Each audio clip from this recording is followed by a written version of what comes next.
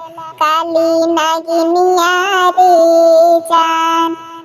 जान के करा लागी भेजला काली नागिनिया रे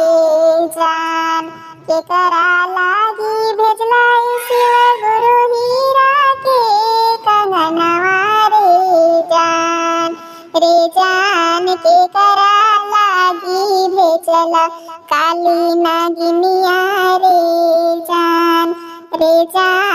के करा लागी भेजला काली नागिनिया रे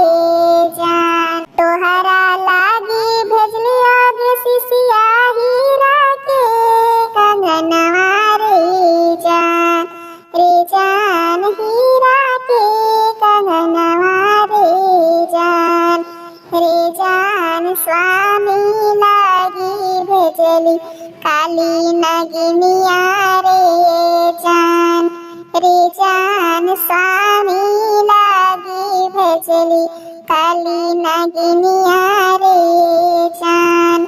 तोहरा लागी भेजली गे सिसिया हीरा के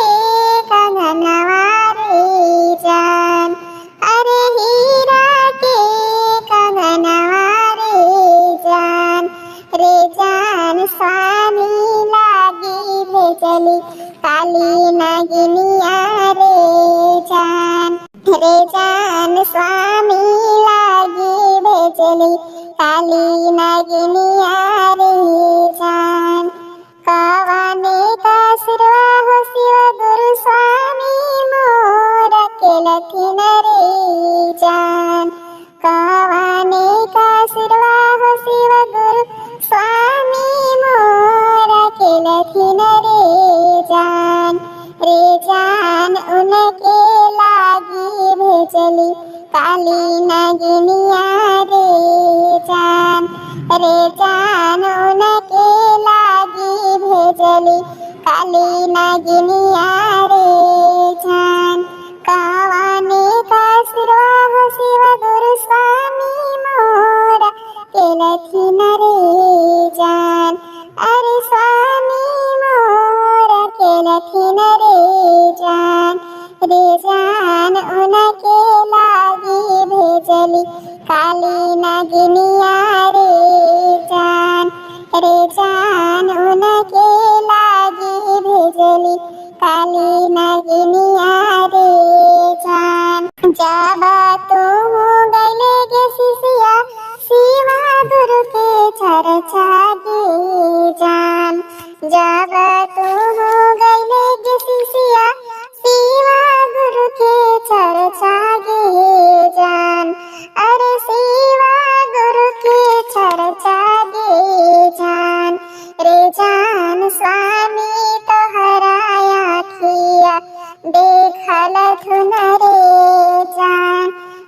जान स्वामी तोहरा आखिया देखल धुन रे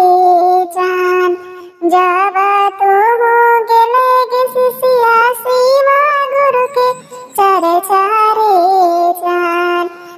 जान स्वामी तोहरा आखिया देखल धुन रे जान स्वामी तोहरा आखिया देखल धुन रे जान स्वामी के गलतिया शिव गुरु माफ करी दियो रे जान स्वामी के गलतिया शिव गुरु माफ कर दियो रे जान अरे माफ कर दियो रे जान स्वामी के हो कामैया करब शिव चर्चा रे जान स्वामी के हो कामैया करब शिव चर्चा रे जान स्वामी के गलतिया शिव गुरु माफ कर दियो रे जान स्वामी के हो कामैया करब शिव चर्चा रे जान बेटा के हो कामैया करब शिव चर्चा रे।